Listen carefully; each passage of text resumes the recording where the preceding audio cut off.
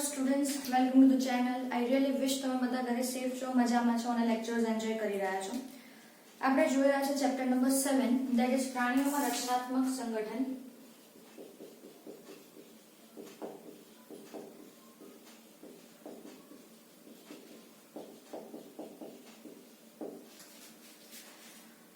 Most probably આજે આપણે આ ચેપ્ટરના લાસ્ટ લેક્ચરમાં આવી રહ્યા છે. આપણે આગળ ચર્ચા કરી તો વિવિધ પ્રકારની પેશીઓ જે છે એ આપણે ભણી ગયા. સાથે સાથે આપણે વંદાની અંતસ્થ તેમજ બાહ્યાકાર વિદ્યા પણ આપણે જોયું.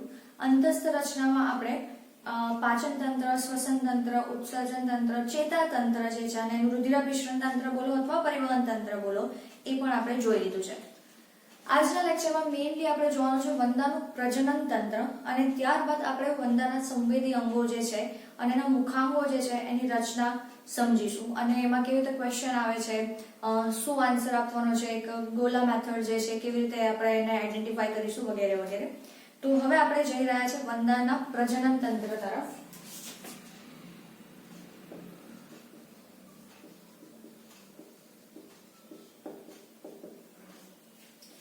As we all know કે વંદો જે છે એ એકલિંગી પ્રાણી છે. અળસિયું ઉભયલિંગી પ્રાણી છે. મતલબ અળસિયામાં તમને નર અને માદા જનન અંગો એક જ પ્રાણીમાં જોવા મળશે. જ્યારે વંદાની અંદર એવું નથી. વંદામાં નર અને માદા પ્રજનન અંગો આખા બે અલગ અલગ છે. તો વંદો એકલિંગી પ્રાણી છે. સૌથી પહેલા તો ફર્સ્ટ પોઈન્ટ ઇઝ ધેટ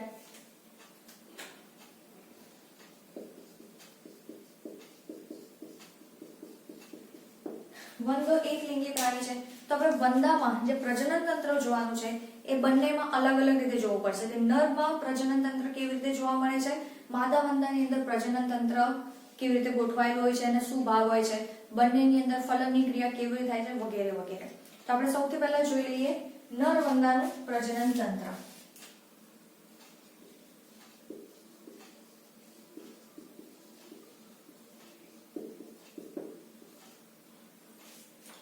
નર વંદાનું પ્રજનન તંત્ર આપણે ડ્રો કરીએ, પણ એ પહેલા એમાં નરની અગર આપણે વાત કરી રહ્યા છે નર, તો નર ની અંદર પ્રજનન અંગ તરીકે મુખ્યત્વે શું જોવા મળે છે એ હોય છે શુક્રપિંડ. તો આની અંદર પણ વંદામાં બેટા અગર આપણે જોઈશું તો વંદાના 4, 5 અને 6 ખંડમાં તમને શું જોવા મળશે?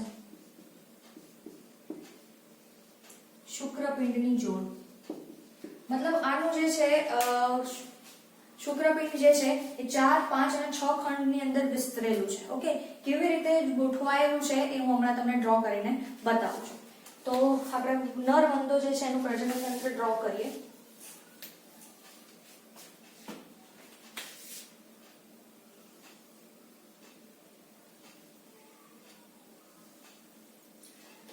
આપણે આવી રીતે બતાવીએ છીએ. કેમ આવું કર્યું છે આપણે ધીરે ધીરે પછી સમજીશું.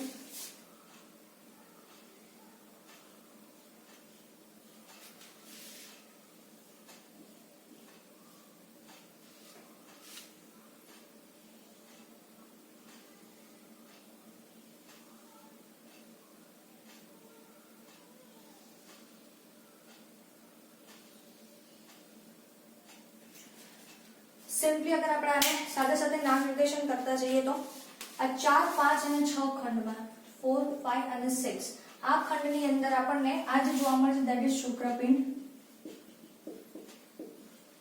આ જે જોવા મળે છે શુક્રવાહિની.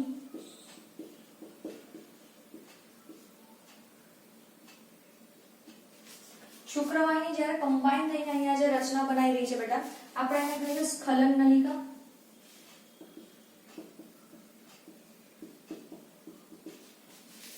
સ્ખલન નલિકામાં આવી રીતે તમને ઓપનિંગ જોવા મળશે. આ જે જગ્યા મેં આવી રીતે બતાવી છે આ વાળી, આપણે એને સાદી લેંગ્વેજમાં અગર કહીશું તો જનન કોથળી છે.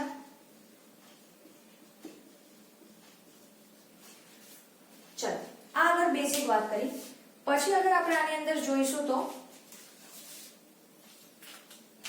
શુક્રાશય જે છે એની આપણને આવી રીતે જોવા મળશે સેન્ટરમાં આવી રીતે. એની આજુબાજુ આપણને જોવા મળે છે બેટા છત્રાકાર ગ્રંથિ, જેમાં તમને ફૂલો જેવું જોવા મળશે. લાઈક અંદર સમજો ફૂલોની નાની પાંખડી છે અને બહારની બાજુ થોડીક મોટી નલિકાઓ જેવું તમને જોવા મળશે.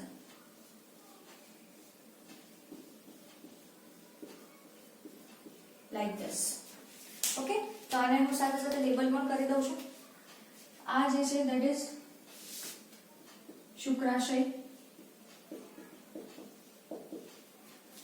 બહાર આપણને જે મસ્ત ફૂલ જેવું જોવા મળે છે, આખી ફૂલોવાળી ગ્રંથિ જોવા મળે છે, એને અગર આપણે કહીશું તો આ છત્રાકાર ગ્રંથિ. આની અંદર અગર તમે જોશો તો તમને બુકમાં લખેલું છે અંદરની બાજુ થોડી નાની નલિકાઓ છે અને બહારની બાજુ મોટી નલિકાઓ, અલ્ટિમેટલી ગોઠવાઈને તમારે બનાવે છે છત્રાકાર ગ્રંથિ. આ બધી ગ્રંથિઓ શું કામ કરે છે, કેવી રીતે ઇન્વોલ્વ છે, કેમ આ ઇમ્પોર્ટન્ટ છે, બધી વસ્તુ આપણે જોઈએ છે. બટ પહેલા એક આપણે આને ડ્રો કરી લઈએ. ત્યારબાદ બહુ ઇમ્પોર્ટન્ટ રીતની બીજી એક રચનામાં જોવા મળે છે, જ્યાં થોડી પાછળની બાજુએ છે. હું તમને અગર બતાવું તો લાઈક ધીસ.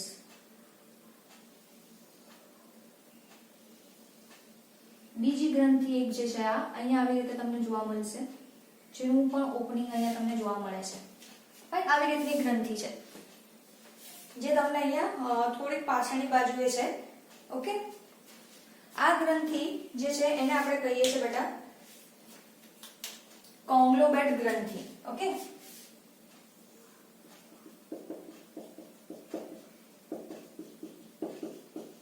કોંગ્લોબેટ ગ્રંથિ, આને જ આપણે ફેલિક ગ્રંથિ તરીકે પણ ઓળખીએ છીએ.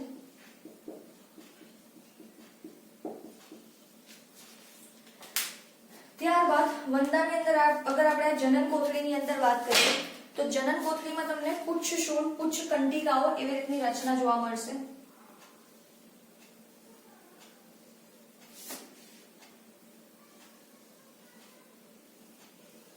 Like this.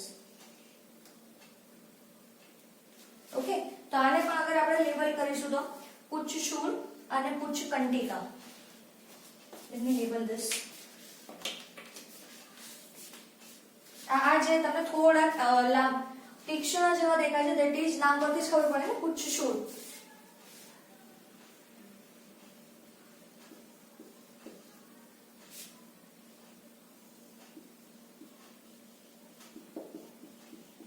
પુચ્છ કંટિકા. આ વસ્તુઓ બહુ જ ઇમ્પોર્ટન્ટ છે.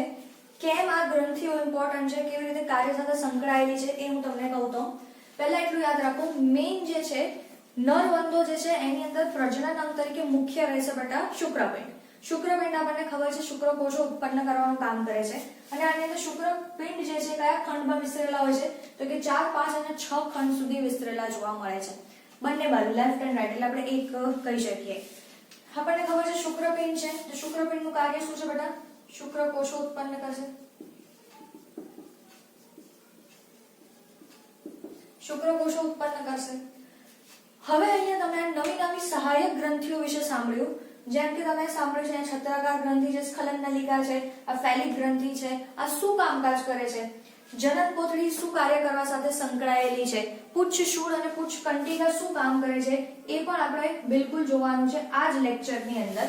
બટ એ પહેલા આટલું તમે નોટ ડાઉન કરી લો, પછી આપણે ઇન્ડિવિજ્યુઅલ જોઈએ કે આમાં શું કામકાજ છે. નરની અંદર આ બધી સહાયક ગ્રંથિઓ કેમ રહેલી છે, કેવી રીતે માદા સાથે પ્રજનન કરે છે, સમાગમ કેવી રીતે કરે છે એ આપણે સમજવાનું છે. બટ બિફોર ધેટ આટલું તમે પહેલા નોટ ડાઉન કરી લો. આકૃતિ બહુ વ્યવસ્થિત રીતે દોરજો. જેટલું સ્વચ્છ રીતે ડ્રો કરશો સમજવામાં તમને એટલું જ સરળ રહેશે.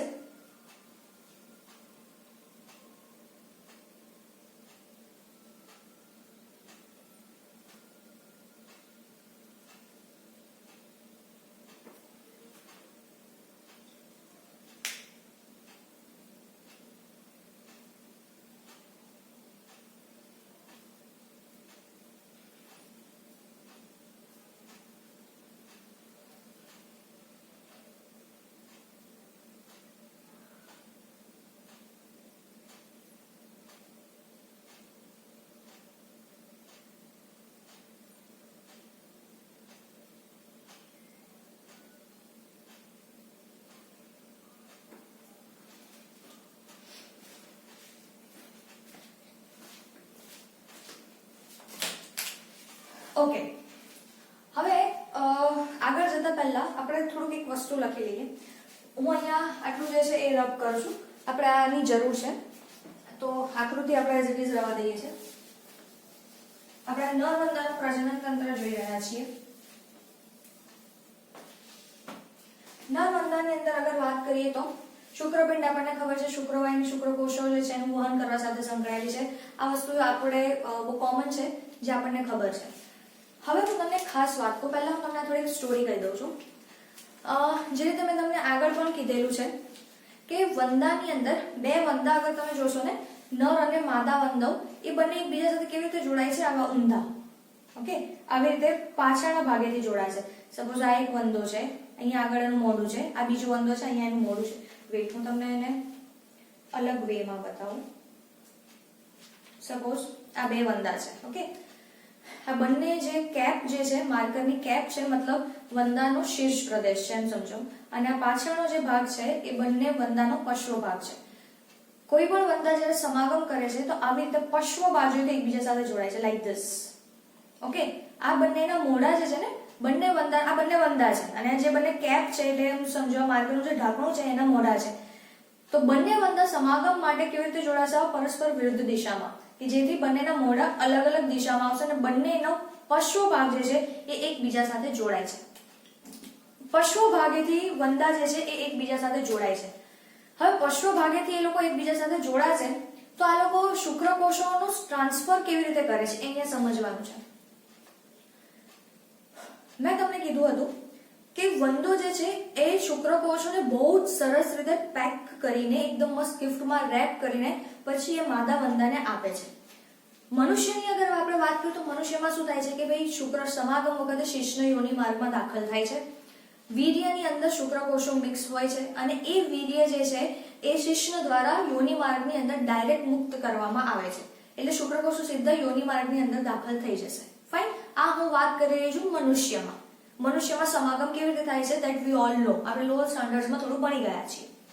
વંદાની અગર વાત કરીએ તો વંદામાં આવું વીર્ય જેવું કોઈ કામકાજ નહીં થાય. વંદામાં શું થશે? વંદો શું કરશે? પહેલા એને શુક્રકોષો મુક્ત કરશે. શુક્રકોષો મુક્ત કરશે પછી શુક્રકોષ મેઇન ગિફ્ટ છે ને જેને માદાને આપવાની છે. હવે તમે મને કોઈ બહુ જ પ્રિશિયસ ગિફ્ટ હોય તો આપણે એને શું કરીએ છીએ? મસ્ત પ્રોપર આપણે એને પેક કરી દઈએ છીએ. પેકેજિંગ મસ્ત હોવું જોઈએ. એને પેક કરે છે. વંદો હવે એના શુક્રકોષોને પેક કરવા માટે એવું નહીં કે ખાલી એક જ કવર લગાવે છે. એના શુક્રકોષોની આજુબાજુ વંદો 3 વાર રેપિંગ કરે છે, 3 કવર લગાવે છે અને એકદમ મસ્ત રીતે એને પેક કરે છે. અને પછી એવો જે પેક કરેલો જે બોલ જેવી રચના છે, બોલ જેવું એક બનાવે છે, એ બોલને એ માદા વંદાના પશ્વ ભાગમાં એટલે કે અહીંયા જનન કોથળી પાસે એને મુક્ત કરી દે છે. સમજી રહ્યા છો? એક વંદાએ શું કર્યું? એક બોલ રેડી કર્યો, મસ્ત પેક કર્યો, 3 લેયર્સ બનાવ્યા અને એની અંદર એના શુક્રકોષો છે અને પછી એ જે બોલ છે એને માદા વંદાની અહીંયા સેમ અહીંયા માદા વંદામાં પણ આવી રીતે જનન કોથળી આપણે ડ્રો કરવાની છે, એની અંદર એને મુક્ત કરી દે છે. ઓકે, તો હવે આપણે એના માટે બંને વંદાએ પરસ્પર પશ્વ બાજુથી જ્યારે જોડાય છે તો એ લોકો એકદમ પ્રોપરલી અટેચમેન્ટ હોવું જોઈએ. જો અટેચમેન્ટ નહીં હોય અને વંદો છટકી ગયો, એક વંદા બંને વંદા વચ્ચે કનેક્શન તૂટી ગયું કે વંદા છે હલી ગયા આમ તેમ જતા રહ્યા તો એ જે બોલ જેવી રચના છે માદા વંદાની જે જનન કોથળી છે ત્યાં સુધી નહીં પહોંચે, વેડફાઈ જશે. તો એવું ના થાય એટલા માટે નર વંદામાં અને માદા વંદામાં આવી રીતની રચનાઓ તમને જોવા મળે છે જેને આપણે કહીએ છીએ પુચ્છ શૂળ અથવા તો પુચ્છ કંટિકા. ઓકે, એ બંને બહુ ઇમ્પોર્ટન્ટ છે. ઓર એલ્સ આપણે જનન દળકો પણ કહીએ છીએ કે જેના દ્વારા નર અને માદા વંદા પશ્વ બાજુથી એકબીજાને આવી રીતે લાઈક ધીસ, ઓકે, આવી રીતે એકબીજાને પકડી લેશે અને એટલે બે વંદા એકબીજાને છટકી શકશે નહીં અને પછી નર વંદો આરામથી પોતે જે બોલ રેડી કર્યો છે એ માદા વંદાને ટ્રાન્સફર કરી દેશે. ફાઇન, તો આ રીતનું વંદાની અંદર સમાગમ થાય છે અને શુક્રકોષો આવી રીતે માદા વંદા સુધી પહોંચે છે. તો હવે આપણે જોઈ લઈએ કે એને પેકેજિંગની અંદર કઈ કઈ વસ્તુઓ એડ કરી છે અને આમાંની કઈ ગ્રંથિઓના સ્ત્રાવ એ પેકેજિંગનું નિર્માણ કરે છે. તો ફર્સ્ટ ઓફ ઓલ અગર હું તમને કહું તો પહેલા હું 3 સ્તર બતાવી દઉં છું.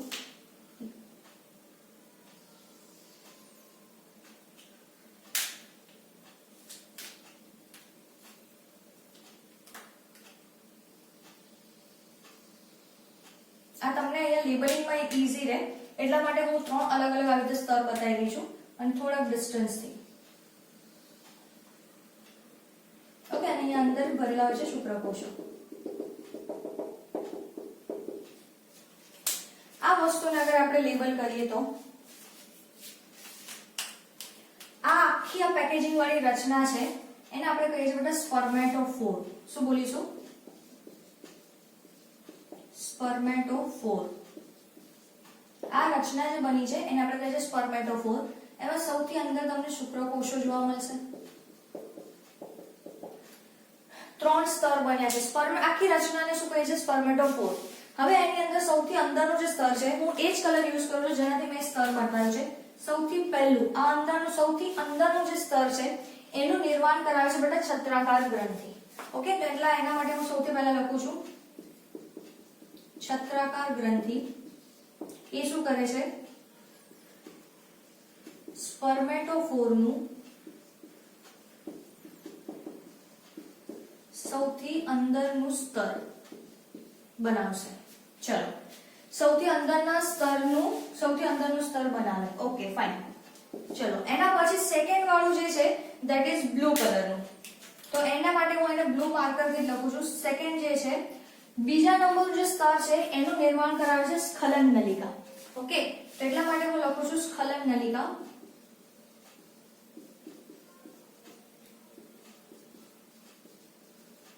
સ્પર્મેટોફોરના મધ્ય સ્તરનું નિર્માણ કરે. ઓકે, કયા સ્તરનું નિર્માણ કરે છે બેટા? મિડલ લેયર, વચ્ચેનું જે સ્તર છે એનું નિર્માણ કરશે.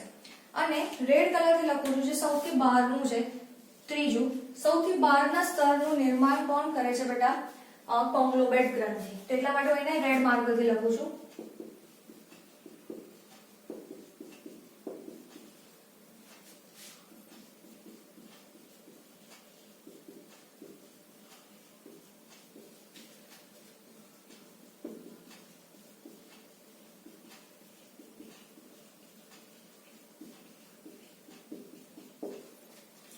તમારા માટે આ વસ્તુ બહુ જ ઇમ્પોર્ટન્ટ છે એટલે હું આને નંબરિંગમાં અહીંયા પણ નંબરિંગ કરી લઉં છું.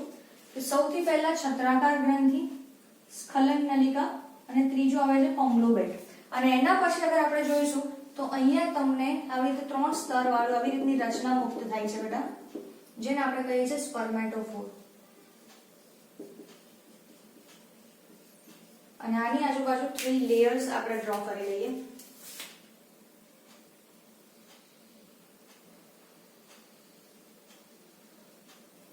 green one, then blue one,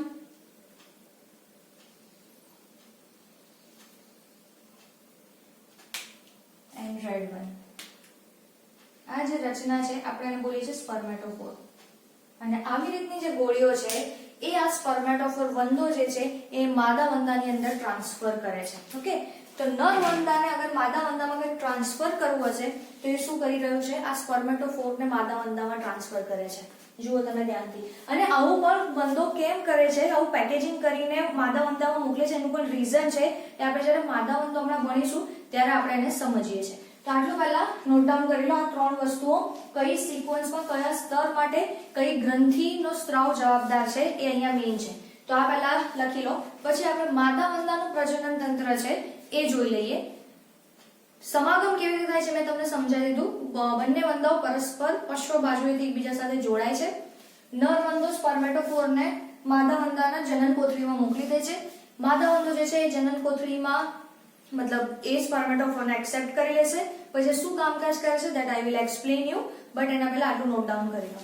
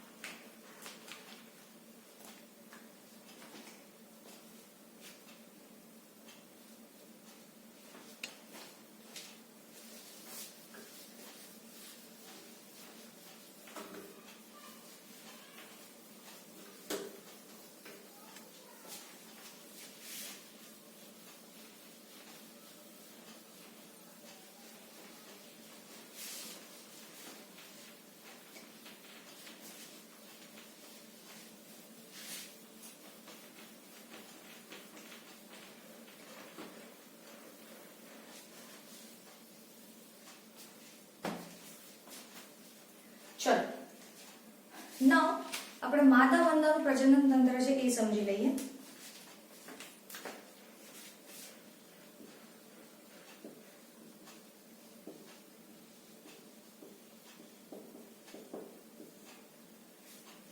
નરવંદાના પ્રજનન તંત્રમાં આપણા માટે મેઇન હતું શુક્રપિંડ કે જે 4, 5 અને 6 ખંડ સુધી લંબાયેલું હતું. તો માદા વંદાની અંદર ઇમ્પોર્ટન્ટ છે અંડપિંડ. અંડપિંડ જે છે 2 થી 6 ખંડ સુધી લંબાયેલું છે.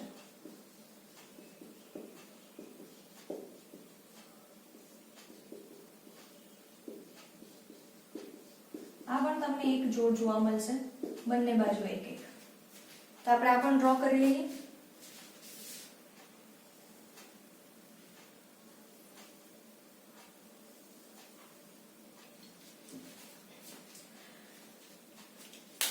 વંદાની અંદર અંડપિંડ જે છે એનો આકાર એકદમ તમને અલગ જ પ્રકારનો જોવા મળશે.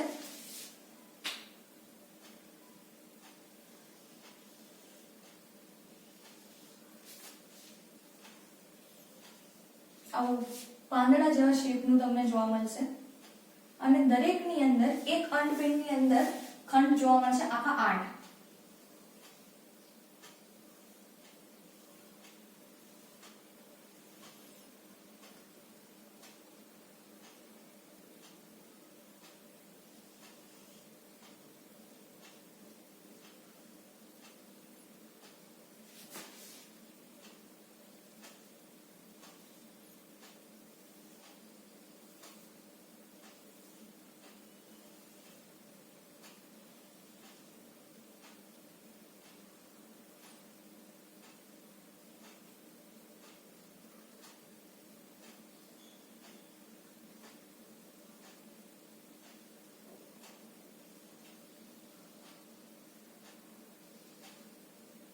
Like this.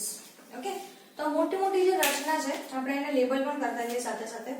અંડપિંડ જોવા મળે છે, અંડવાહિની.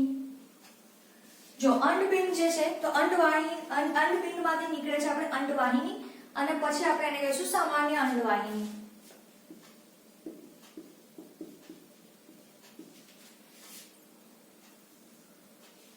યોની માર્ગ બોલો અથવા તો સામાન્ય અંડવાહિની, તમે જે બોલશો. ઓકે, આ રિજનને એવી રચના આપણને જોવા મળે છે જેને આપણે કહીએ છીએ એક મિનિટ, જે રીતે પહેલામાં અલગ ગ્રંથિઓ હતી ને, તો માદા વંદાની અંદર પણ ગ્રંથિઓ જોવા મળશે.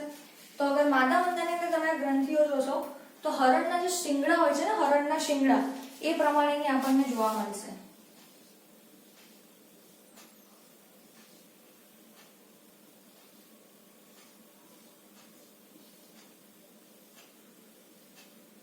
Like this.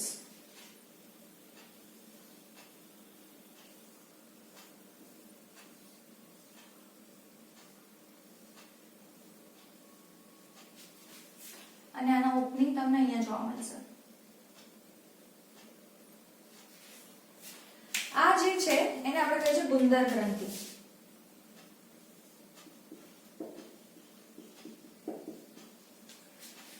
એન્ડ વંદાની અંદર માદા વંદાની અગર હું વાત કરું તો બીજી એક બહુ અગત્યની રચના જોવા મળે છે, બહુ જ અગત્યની, અને એના લીધે કેવા ક્વેશ્ચન પૂછાય છે, આન્સર તમારે કેવી રીતે આપવાનો છે, પણ સ્ટુડન્ટ્સ કેવો આન્સર આપીને આવે છે, ક્યાં માર્ક કપાય છે એ પણ તમને એક્સપ્લેન કરું છું.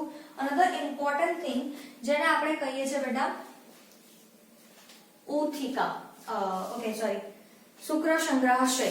વેટ, આને હું ડ્રો કરું છું અહીંયા, તમને આગળની બાજુ થોડુંક આવું દેખાશે.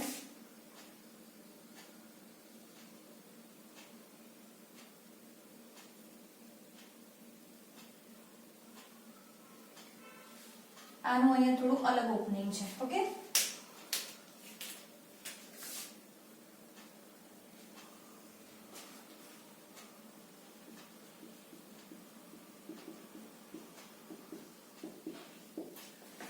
શુક્ર સંગ્રાહક આ તમને અહીંયા આવી રીતે દેખાશે. અહીંયા નીચે બિલકુલ આપણે જે આગળ જોયું એ રીતે જનન કોથળી, આની પાસે પણ આપણને જનન દ્રડકો જેવી રચના બિલકુલ જોવા મળશે બેટા.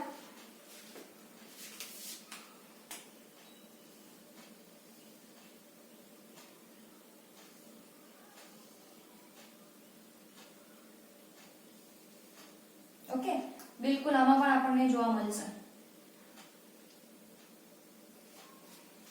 ચલો, આ છે બેઝિક માદા વંદાની રચના અને આની અંદર તમારે જોવાનું છે આ જે છે એ 2 થી 6 ખંડ. એટલે હું અહીંયા આગળ લેબલ કરું તો અંડપિંડ 2, 3, 4, 5 અને 6 ખંડ સુધી આ લંબાયેલું આપણને આવી રીતે જોવા મળે છે. તો આટલું પહેલા તમે નોટ ડાઉન કરી લો, પછી આપણે જોઈએ કઈ ગ્રંથિ કેવા પ્રકારે કામ કરે છે. ફાઇન, ચલો તો આટલું પહેલા નોટ ડાઉન કરી લો. This things are very very important.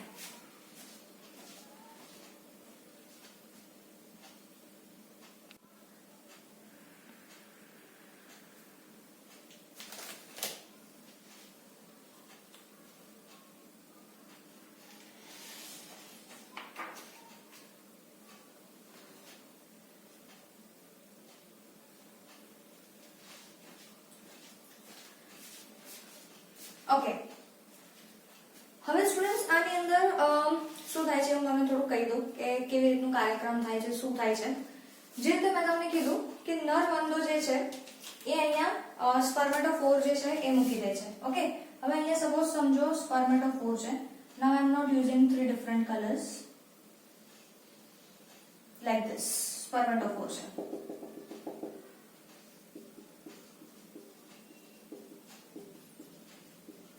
તો આ સ્પર્મેટોફોર છે તો એની અંદર શું થશે, આ બધા જે લેયર્સ છે એ તૂટી જશે અને આ બધા જ શુક્રકોષો અહીંયા રહેલા છે એનો સંગ, આ જે શુક્રકોષો છે, હવે સાંભળજો, પહેલા આ સ્તર તૂટે છે, પહેલા હું તમને સમજાવું શું થાય છે.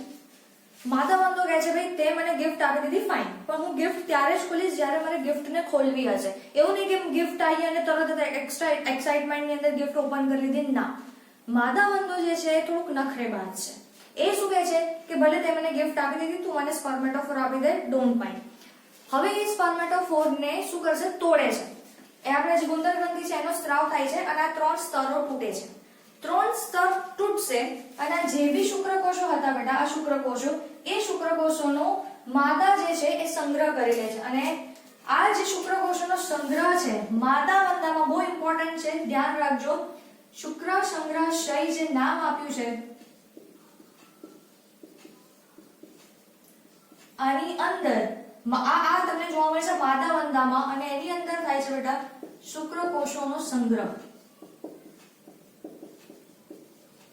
ઓકે, આ શુક્રકોષોનો સંગ્રહ માદા વંદાના શુક્ર સંગ્રહાશયની અંદર કરવામાં આવે છે. કેમ? કારણ કે માદા વંદાને ઇન્સ્ટન્ટ ફલન કરવાની ઈચ્છા નથી, ઇન્સ્ટન્ટ અંડકોષો મુક્ત કરશે નહીં. આ વાત ધ્યાનથી સાંભળજો. હવે આમાં તમને કોઈ ક્વેશ્ચન કેવી રીતનો પૂછાય છે. ક્વેશ્ચનમાં એવું પૂછાય છે કે શુક્ર સંગ્રહાશય તમને કોનામાં જોવા મળે છે, તો લખ્યું હોય છે નર વંદો, માદા વંદો, એ અને બી બંને અને એક પણ નહીં. હવે શુક્ર સંગ્રહાશય આપણા મગજમાં આવે એટલે ઓહો ના ના એ તો નરમાં જ હોય, માદામાં તો હોય જ કેવી રીતે શકે. પણ આ વસ્તુ ખાસ યાદ રાખજો, શુક્ર સંગ્રહાશય જે છે એ નર વંદામાં જોવા મળતું નથી. શુક્ર સંગ્રહાશય માત્ર તમને જોવા મળશે માદા વંદામાં અને એ શુક્રકોષોનો સંગ્રહ કરે છે. એ બિલકુલ શુક્રકોષોનો સંગ્રહ કરે છે, પણ શુક્ર સંગ્રહાશય આ જે અંગ જે છે, આ અંગિકા જે છે એ તમને શાની અંદર જોવા મળે છે, અંગિકા નહીં અંગ. આ તમને કોનામાં જોવા મળે છે, ધેટ ઇઝ માદા વંદો. માદા વંદામાં તમને શુક્રકોષોનો સંગ્રહ કરવા માટે શુક્ર સંગ્રહાશય જોવા મળે છે. આ એક બહુ ઇમ્પોર્ટન્ટ પોઈન્ટ છે, આ યાદ રાખજો. શુક્રકોષોનો કાર્યક્રમ થઈ ગયો તો હવે આપણને થશે કે ઓકે ચલો હવે અહીંયા શુક્રકોષો અહીંયા સંગ્રહમાં આવી ગયા છે. ઓકે, તો આ એક તમે સ્ક્રીનશોટ લઈ લો, પછી હું આટલું રબ કરી નાખું છું આ વસ્તુ, પછી અહીંયા આગળ બીજું શું કામકાજ થશે હું તમને સમજાવું છું. આ એક ફટાફટ આનો એક સ્ક્રીનશોટ લઈ લો. ઓકે, ચલો હવે અહીંયા આગળ શું કાર્યક્રમ થાય છે એ હું તમને કહું. આપણે શુક્રકોષોની ચર્ચા કરી લીધી, તો હવે આપણે થોડીક વાત કરી લઈએ કે અંડકોષોનું શું કામકાજ થશે. અહીંયા હમણાં પણ હટાવી દઉં છું. ચલો હવે તમને જાણીને નવાઈ લાગશે, માદા પાસે જેટલા પણ બંને અંડકોષ છે દરેક અંડકોષની અંદર 8 તમને રચના જોવા મળશે, 8 નલિકામય રચના. ઓકે, સામા જોવા મળે છે બેટા દરેક અંડપિંડમાં. અને આ દરેક નલિકામય રચનામાંથી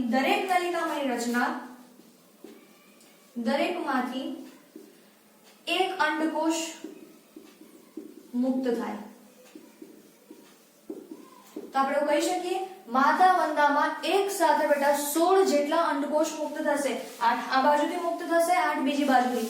આ સાઈડ જો 8 નલિકા એટલા માટે મેં બતાવી છે. સી અગર તમે કેલ્ક્યુલેશન 1 2 3 4 5 6 7 8 સિમિલરલી આ બાજુ 8 નલિકામય રચનાઓ છે અને આ નલિકામય રચનામાંથી દરેક નલિકામય રચના છે એ દરેકમાંથી એક અંડકોષ મુક્ત થાય છે. તો આપણે બિલકુલ કહી શકીએ વંદામાં એક સાથે લગભગ 16 અંડકોષો મુક્ત થશે. ફાઇન. ચલો હવે આ માદા વંદો જે છે એમ સમજો એને આ 16 એમ સમજો એને રેડમાં બતાવું છું ધેટ ઇઝ અંડકોષ. 16 અંડકોષો મુક્ત કર્યા. એ જ સમયે શુક્ર સંગ્રહાશયમાંથી બેટા શુક્ર સંગ્રહાશયમાંથી જે એને હું તમને બ્લુ કલરથી બતાવું છું બ્લુ કલરથી શુક્રકોષો મુક્ત થશે. બેટા શુક્રકોષો આવી ગયા અંડકોષો આવી ગયા. હવે આપણને બીજી કઈ વસ્તુની શું જરૂરત છે? શુક્રકોષો અને અંડકોષો બંને આની અંદર ભેગા થઈ ગયા પછી આ ગુંદર ગ્રંથિમાંથી સ્ત્રાવ થશે અને આની આજુબાજુ ફરી એક રક્ષણાત્મક આવરણ બની જશે. આવું થઈ ગયા પછી આપણે આને નામ આપીશું અંડઘર. ઓકે, અંડઘર જે છે એની અંદર ખાસ યાદ રાખો જો માદાએ એક સાથે 16 અંડકોષો રિલીઝ કર્યા. ઓકે, એ વખતે શુક્ર સંગ્રહાશયની અંદર જેને શુક્રકોષોનો સંગ્રહ કરી લીધો હતો એ શુક્રકોષો પણ એને બહાર રિલીઝ કર્યા. शुक्रकोशो आ गया अंडकोशो आएगा. આપણે નથી કહેતા જબ મિયા બીવી રાજી તો क्या करेगा काजी काइंड ऑफ સ્ટેટમેન્ટ છે ભાઈ અહીંયા શુક્રકોશો છે અંડકોશો છે બંને આવી ગયા છે તો ઓબ્વિયસલી શું થઈ જશે શુક્રકોશો અંડકોશોનું ફલન કરી લેશે અને એ વખતે ગુંદર ગ્રંથિમાં અહીંયા જે સ્ત્રાવ આવશે અને આ જે એક રક્ષણાત્મક આવરણ બનાવશે એના પછી આપણે આને શાના તરીકે ઓળખીશું બેટા અંડઘર તરીકે ઓળખીએ છીએ. આ બહુ ઇમ્પોર્ટન્ટ રચના છે. આ અંડઘરમાં તમને શુક્રકોશો અને અંડકોશો બંને જોવા મળશે એટલે આપણે કહી શકીએ અંડકોશની અંદર અંડઘરની અંદર તમને જોવા મળશે ફલિત અંડકોષો અને માદા વંદો આવા અંડઘર જે છે એને રિલીઝ કરે છે. ઓકે, આ અંડઘર આવા રિલીઝ કરે છે લગભગ એમ સમજો માદા વંદો એક સાથે 9 થી 10 જેટલા અંડઘર રિલીઝ કરે છે. હું અહીંયા ક્યાંક લખી દઉં છું 9 થી 10 અંડઘર. ઓકે, માદા વંદો એક સાથે 9 થી 10 જેટલા અંડઘર રિલીઝ કરે છે અને દરેક અંડઘરની અંદર એમ સમજો કે 14 થી 16 જેટલા તમને ફલિત અંડકોષ જોવા મળશે. દરેક અંડઘરમાં તમને 14 થી 16 જેટલા ફલિત અંડકોષો જોવા મળશે.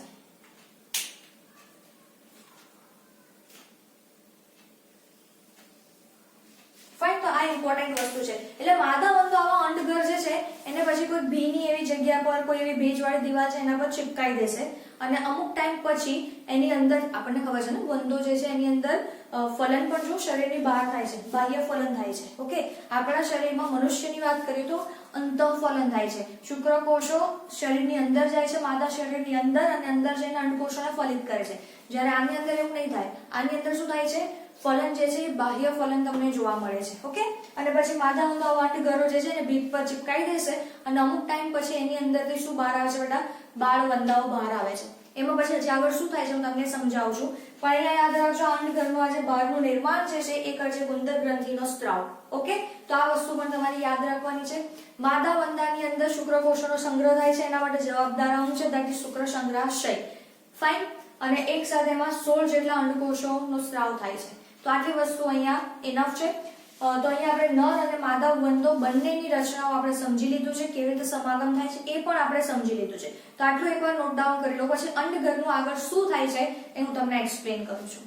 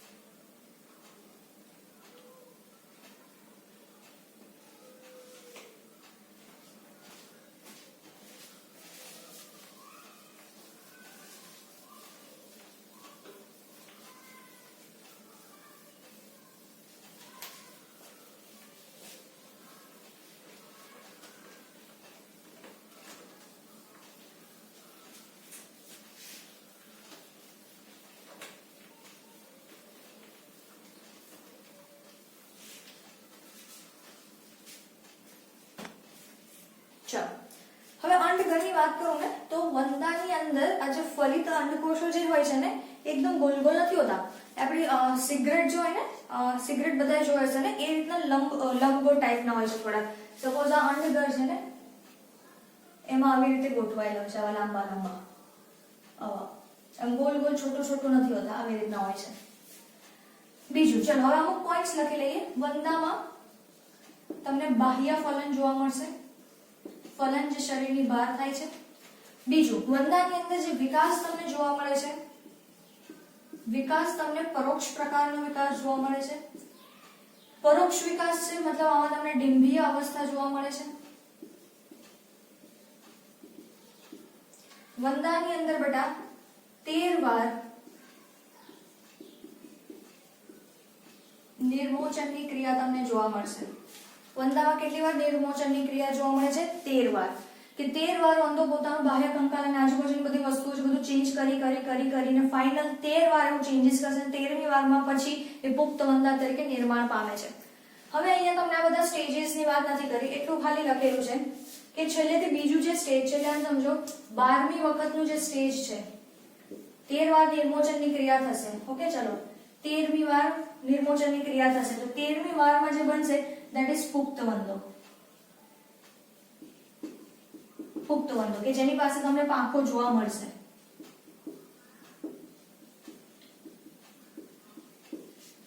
ફાઇન. પણ 12મી વખત જ્યારે નિર્મોચનની ક્રિયા થતી હોય છે વંદામાં, 12મી વાર જ્યારે નિર્મોચનની ક્રિયા થતી હોય છે તો એની અંદર તમને જોવા મળશે પક્ષતલ્ય. આ જે છે આની અંદરથી પછી જ્યારે 13મી વાર નિર્મોચન થશે ત્યારે પાંખોનો ઉદ્ભવ થશે. તો તમારે ખાલી એટલું યાદ રાખવાનું છે વંદાની અંદર 13 વાર નિર્મોચનની ક્રિયા થાય છે, એમાં 12મી વખત એની અંદર પક્ષતલ્ય જોવા મળશે જેને વિંગ પાઇપ્સ કહીએ છીએ, કે જેમાંથી જ્યારે ફાઇનલ સ્ટેજમાં પુખ્ત વંદો બનશે એ વખતે શું થઈ જશે? પાંખોનો વિકાસ. પાંખો તમને મેઇનલી તમને જોવા મળશે પુખ્ત વંદામાં. ઓકે તો આ એકવાર નોટ ડાઉન કરી લો. પછી આપણે એના સંવેદી અંગો જે છે એમાં કેવી રીતનું દેખાય છે એ આપણે જોઈ લઈએ. સંવેદી અંગોમાં સાનો સમાવેશ થાય છે એ પણ જોઈ લઈએ. ખાસ કરીને વંદાની આંખો.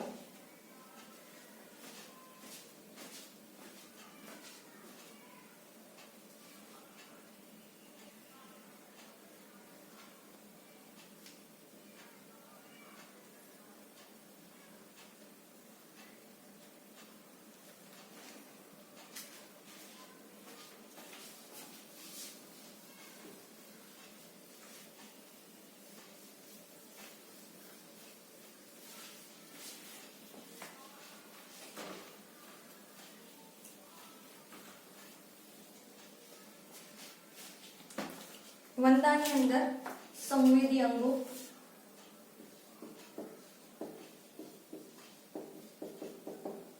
વંદામાં સંવેદી અંગો તરીકે ઘણી વસ્તુનો સમાવેશ થાય છે. સંવેદી અંગોમાં એમાં સ્પર્શકો છે, આંખો છે, જંબ વૃષો છે.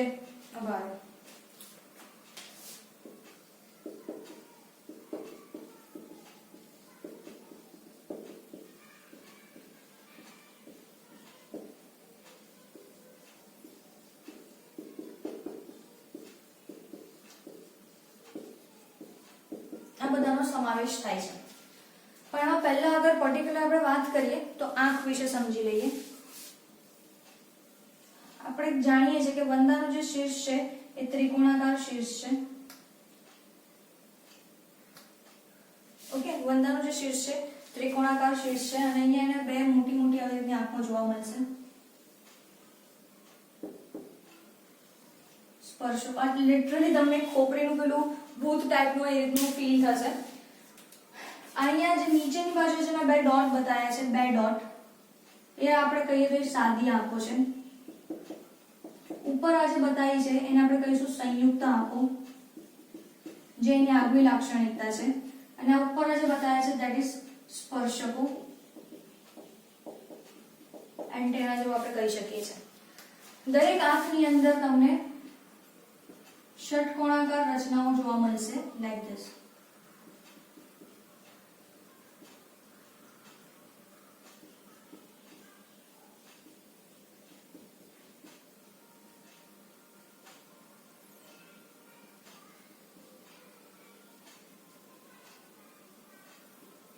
ઓકે આવી રીતની ષટકોણાકાર રચનાઓ જોવા મળશે જેને આપણે કહીએ છીએ નેત્રિકા. એક ષટકોણાકાર રચના છે એટલે હું અહીં લખું છું ષટકોણાકાર રચના જેને આપણે કહીએ છીએ નેત્રિકા. ફાઇન. અને આપણે શું કહીશું બેટા? નેત્રિકા. હવે લગભગ એક આંખની અંદર 2000 જેટલી નેત્રિકાઓ તમને જોવા મળે છે.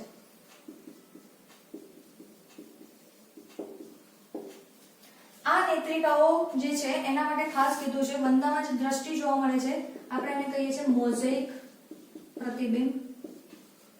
શું બોલીશું આપણે એને? મોઝેઇક પ્રતિબિંબ. વંદાની અંદર મોઝેઇક પ્રતિબિંબ મતલબ શું એવું તમને ખાસ કહી દઉં કે આની અંદર અગર તમે જોશો તો સંવેદના બોલીએ ને સેન્સિટિવિટી બહુ જ હશે but resolution is not good. તો એના માટે આપણે ખાસ આપણે એવું બિલકુલ લખી શકીએ છીએ કે સંવેદનશીલતા વધુ છે પરંતુ રિઝોલ્યુશન ઓછું છે.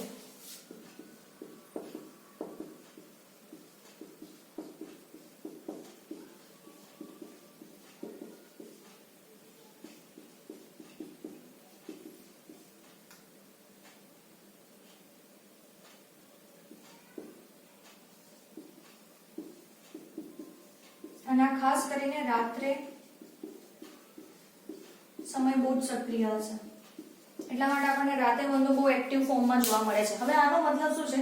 સંવેદનશીલતા વધારે પણ રિઝોલ્યુશન ઓછું. મતલબ એવો થાય કે વંદાને બિલકુલ એવો આભાસ છે યસ સામેથી કંઈક આવી રહ્યું છે. ઓકે, એવું કંઈક એને બિલકુલ સેન્સિટિવિટી થઈ જાય કે અહીંયા કંઈક છે સામે, કશું પડ્યું છે અથવા કોઈ વસ્તુ આવી રહી છે, બિલકુલ એને સંવેદના આવી જશે પણ એ વસ્તુ શું છે એ એને ખબર પડશે નહીં, જેને આપણે કહીએ છીએ રિઝોલ્યુશન ઓછું છે. બિલકુલ એવો આભાસ થઈ જશે કે there is something but what's that એ એને ખબર પડશે નહીં.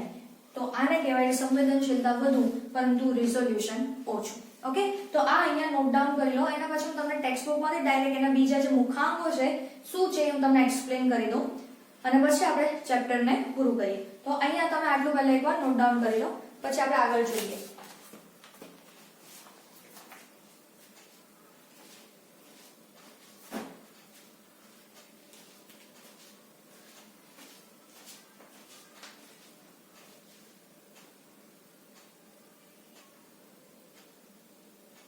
નેત્રિકાઓ વંદાની બંને આંખમાં જોવા મળશે એટલે એવું નહીં કે ખાલી કોઈ એક જ આંખમાં જોવા મળશે. ચલો, તો હવે એક કામ કરો, ટેક્સ્ટ બુક ઓપન કરો. ટેક્સ્ટ બુક ઓપન કરો, એની અંદર પેજ નંબર 112 પર આવી જાવ. જુઓ પેજ નંબર 112.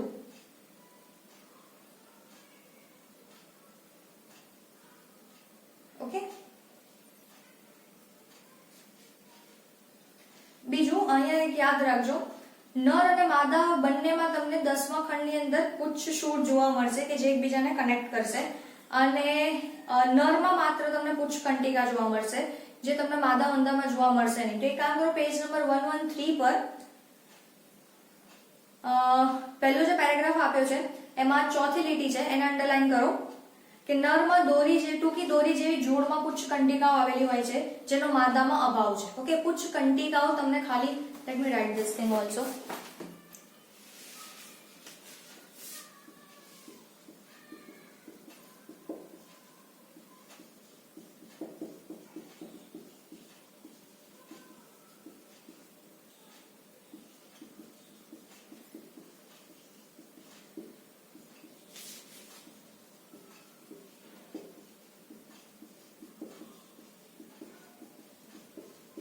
નર અને માદા વંદામાં